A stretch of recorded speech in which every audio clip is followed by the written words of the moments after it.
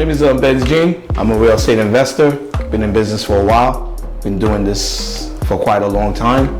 And tell me a little bit about you guys so we could catch up. Oh yeah, I mean, I'm sure I started real estate investing about 2.5 years ago, working on about 8 projects at this moment, and looking to scale as always.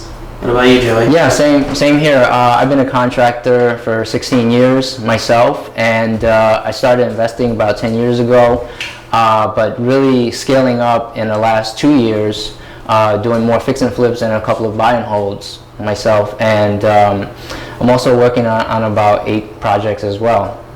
Good, beautiful. As far as for myself, I've been doing it for like 17 years, and I've been doing a lot of part of the real estate, from like loan officers, from the construction part, fix and flip, and I also do a lot of wholesale as well too. Just like there's different types in the business of of real estate. It's a business. Okay. Yes, definitely. So if you could elaborate a little bit of how you actually got started. Let's bring it back to all the way to the beginning. I know it's been a while, but just so people can kind of see, how you kind of transitioned into a real estate investor. Wow. Well, when I got started, I could sit here all day to tell you guys the story. I actually started I worked at a warehouse as a warehouse worker, driving a forklift, and then I met somebody while I was working there, and he introduced me to a gentleman that was doing real estate. And then from that point on, I kind of shadowed him around, kind of learned the business. And from that point on, and I started working as a loan officer. Fast forward, then I started investing in 2009. And then since then, this is what I have been doing. And it's been great. I can't complain. Awesome. So, Ben, just to piggyback on that a little bit. So you're saying when you got started, you just shadowed someone. I shadowed someone who was actually working as a loan officer. And I followed him around to understand the finance part of the business. How to calculate ratios, how to qualify a person, about credit. I started doing all of that. Prior to that, I owned a few properties at the time, but I didn't consider myself as an investor. I was just living the American dreams of owning homes, just like I was told to buy houses. When you get older, you retired, you could live off your properties, as rental income. So that's how I started. So when the market kind of crashed in 2007, 2008, really, I didn't really know which way to go. I owned a lot of properties at the time. I was losing the homes, and then that's when I decided I got to do something with myself. And then that's when I started with the last little bit of money that I had left, and I said, let me go ahead and invest. But prior to that, remember, I was shadowing all these people that had finance background, so I just didn't understand the construction part. Okay. How'd you start learning to do that? From the construction part, from many contractors taking my money, run with it, and then it kind of I had to grow up to understand that I didn't really take it as a business, from the beginning, because I saw it more as a passion, just like everybody else. But then when I realized how much money that I was losing, so now I kind of forced myself to learn the business, from different aspects, from the finance, from the construction part, start going to Home Depot, doing everything else like everybody else was doing, just like Joey was a contractor. Now at this point, if I go ask for an estimate, I already have a number in my mind how much it's going to cost. It might be better than me, but I have the experience to know this is how much money it's going to cost me. I might be off by a few dollars, a few $1,000s, but I'm sure Joey could elaborate for us on the construction part, which is for me, that's the number one thing in the business. You got to know your construction part. That's one way you're not going to be able to succeed if you not be able to manage your construction. That makes a lot of sense. I'll even admit, at this point in my business, I'm starting to teach myself what the material costs usually are, what the labor costs should be as far as the work is concerned. And at the beginning, again, I'm only 2.5 years in. Mm-hmm. I'm seeing how much money I'm losing because I didn't originally know that stuff. I agree. So That's definitely a great point that you brought out there. Maybe you want to elaborate on that. Yeah. Because I had a lot of experience with the construction itself, I was able to sort of save myself a little bit of money here and there, because I knew, like, if I went to Home Depot to buy this, if I went to a lumber yard to buy moldings, and if I went to Floor and Decor to buy tile, I knew that I could save money getting material. But at the same time, a lot of it, especially like, let's say subcontractors, I use a lot of subcontractors. A lot of that, it's almost like a little bit of negotiation and also relationship building as well. Correct. Yeah. So that always helps you as well. Just building a lot of relationships. Whether you're going to use the guy once, hopefully not, but you want to try everybody out. Try to find the ideal guy. Like for me, it's almost like a 4 to 5 year cycle with a certain subcontractor that I use a lot. That's good. Relationship is good, and learn the business. One way is that you might be 2 years in. I could learn from you. I could learn from him. You could learn from me. Absolutely. It's always good to surround yourself with people that's in the business so you could learn.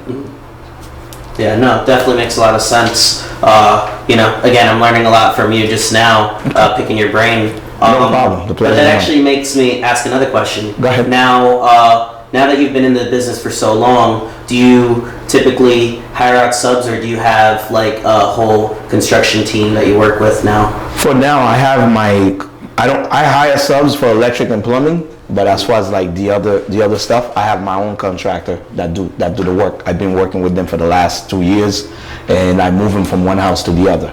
So usually I work at like 2 or 3 properties at a time, and so far it's been great. I can't complain, but I went through my share of problems of learning the business. Took me a few years to understand. I had to be established, because once I chose this is what I wanted to do, so I had to learn a lot faster. I had to grow up. It's a lot of growing pains, trust me. We're going through a lot of these growing pains, and that's why we want to share with people what actually goes on, and Correct. yeah, it's not HGTV. It's only right for the new guys that's getting into business, so they could learn from people like us who already have the experience, knowing what it takes to become an investor. I know a lot of them, they watch a lot of TV, HGTV, they think everything is, no, there's a lot of things that you have to learn. You make mistakes, it's okay to make mistakes, and you learn from your mistakes. But the bad part about it is that when you make a mistake in this business, it costs you money. Yeah. Yes. Yeah, you're paying for the mistakes. Like Exactly. Literally, you're paying for it. Yeah, you're paying for the education. Yeah. But Benz, that just from one topic to another. So, what areas do you typically invest in, and is there any specific reason why? For me, as I mentioned, I never really pick any certain areas to do business. I'm always driven by the numbers, because I try to learn every market. I could do business in Essex County. I could do business in Union County. I could do business in Middlesex County, Ocean County. It all depends on the numbers. Sometimes, I got to add up the numbers to see, okay, if it's really worth my time to travel 45 minutes for a deal, or travel 30 minutes for a deal, or 25 minutes for the deal. At the end, it's all about the equity and the amount of money that I would like to make on a deal. We all have a number in our head that we try to make. Right. So with that target, that's me. I don't really have any specific area. Okay. Yeah, because if I recall, maybe a few weeks, maybe a few months back, another investor in the area posted a status, and you wrote that like you had a property, it was like in South Jersey or something. So you're pretty much all over. No, I'm pretty much all over, with experience. I go for the deal. Wherever the numbers are, the deals make sense. Since I have my own crew, I'm able to move them around where I need them to be. So that's the reason why, it's just like I could do a deal in Essex County. If my bottom number is going to be $40,000 profit, $30,000 profit, I could make $60,000 profit driving an extra 30 minutes. Why not? Okay. Yeah. So it's all about the numbers, and the good thing is that you have a lot of flexibility because it is your crew. Correct. Yeah. So, to newer real estate investors, and even for myself, I'm curious, how'd you form your crew? After a few mistakes, a few contractors ran away with my money. I kind of form my crews. Like I pick one good one, and I see how he works, and I made him an offer. I asked him how much money is he looking for a week for his guys. So once I find out he's comfortable with the numbers, and I was able to say, okay, I'm gonna be able to pay you this, I'm gonna be able to pay you that. But what I bring to the table, I have my own van, my own tools, my own everything, and then I bring my own ideas, and then he also have his own ideas as well too. So we kind of combine together from that day, letting him know like, okay, we're gonna be a team. So we're working as a team. There's no I in team, so it's we. Yeah, no, That's excellent. yeah, that's definitely a good point. You know, you can't do everything by yourself. No, you can't. Like there's times like, you know, he'll take on a property for me. He has vision that I don't even see. Or same thing, vice versa, he'll tells me like, okay, I'm gonna buy this, I'm gonna buy that, and then we'll kind of bounce off each other. So now he's no longer a contractor, he's more so like, not a partner, but it's like a marriage, like we working as a team. Mm-hmm.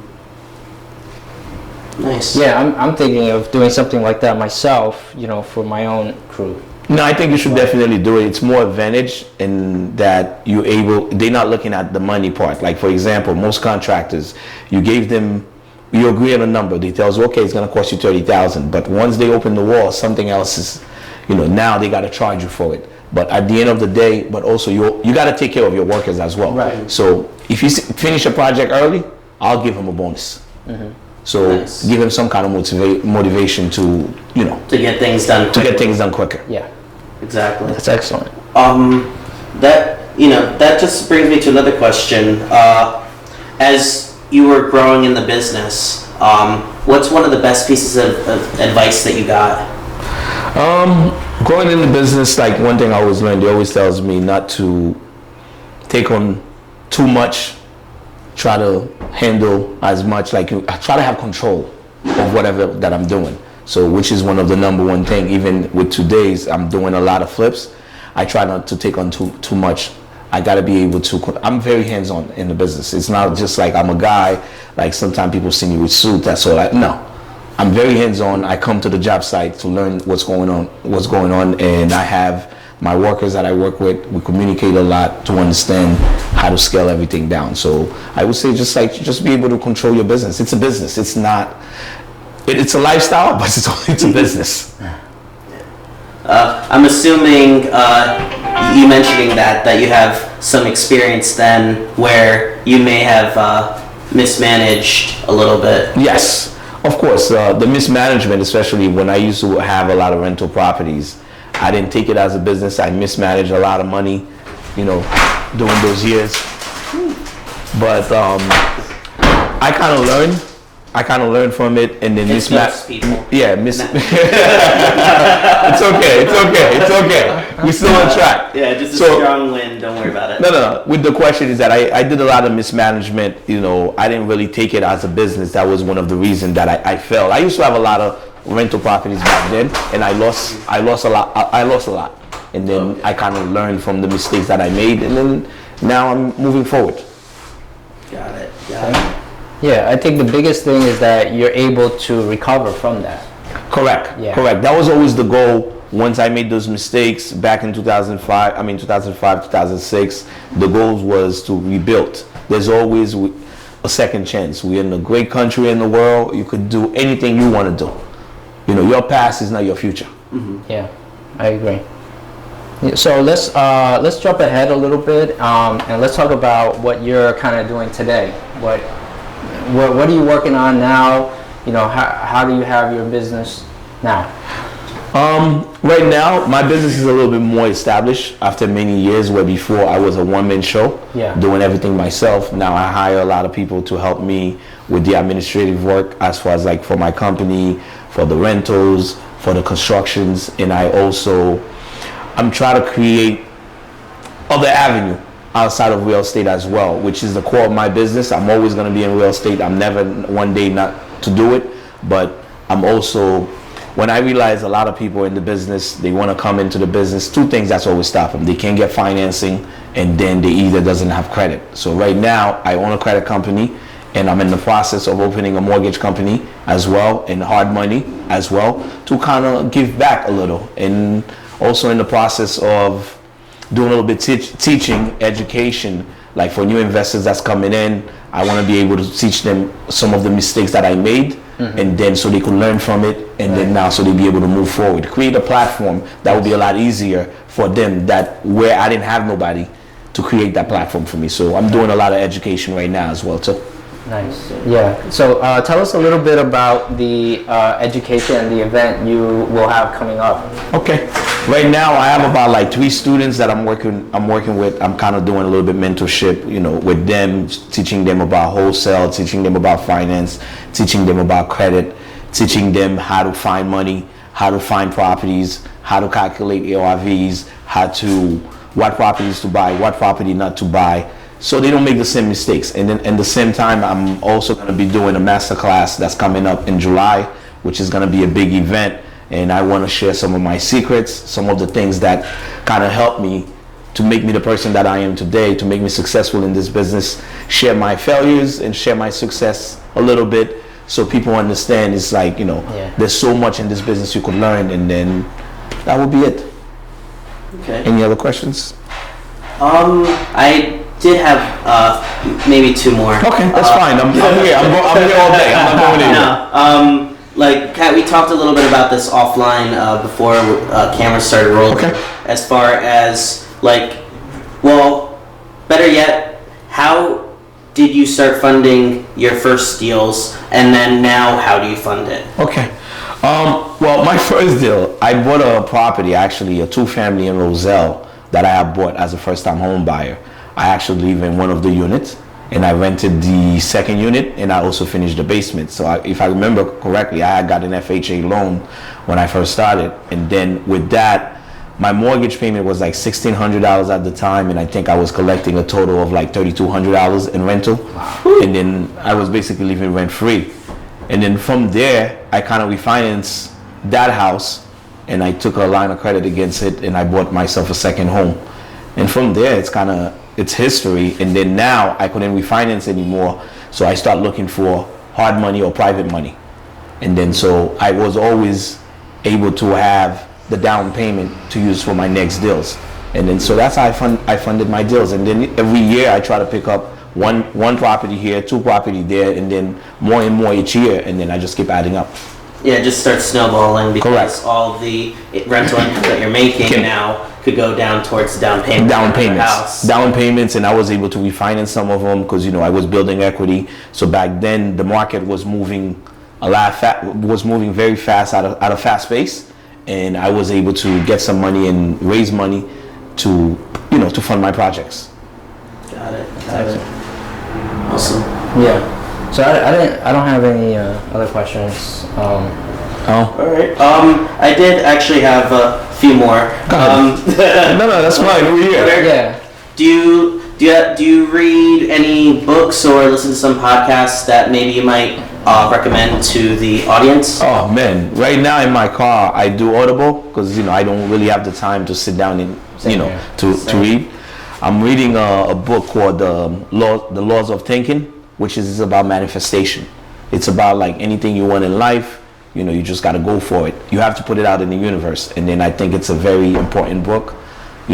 I'm taking a lot of time, and then even me myself, I'm doing a lot of research as far as like to change my mind frame, to understand, how to be bigger, how to be successful. So reading a book, The Laws of Thinking, definitely a great book. And I'm also reading another book called The 21 Laws as well, which is about like, That's a John Maxwell book. Yes, that's exactly what I'm doing right now. And then the other one is by Reverend, I think Jordan, I forgot his last name, and that's what I'm using. It's about like a lot of manifestation, like, and then I'm also reading a book from Russell Simmons called Do You. It's all about you. Yeah. Okay. Nice. That's pretty good. And okay, I'm not trying to take up all. No, that's fine. I do have another question for the audience because they see the end product, the success, right? But what's one of the biggest failures maybe you've had that like you're willing to share with the audience that Well, my biggest failure is I used to own a lot of rental properties back in 2006, 2007. I end up filing for bankruptcy for almost like $12 million worth of properties. So that was one of my biggest failures. You know, I didn't know where to start, but you know, with good friends, family, I was able to start all over again, and I'm here today. And it was a blessing. Sometimes you have to go through things in order, you know, to become a better person. Yeah. Wow. That's a huge comeback. That's definitely a huge comeback. It happens. Well, you know, at the time I didn't have the experience. I didn't have anybody to train me, show me the you know, and I think I was growing a lot faster than I expected, and then I didn't know how to handle the amount of properties or the amount of success. And I mean, things happen, but it's just like, you know, you learn from your mistakes. That was one of my biggest mistakes, failures. Now, this is life. Yeah. Oh, wow. That's lot has changed since then. Correct. You know, I appreciate you sharing that. No problem. You got to believe in yourself. So I know that was in the end. You just have to believe in yourself. Yeah. And I guess last question I would say then to wrap everything up is, you know, like aside from the piece of advice that you've gotten, what's a piece of advice you may give to the audience?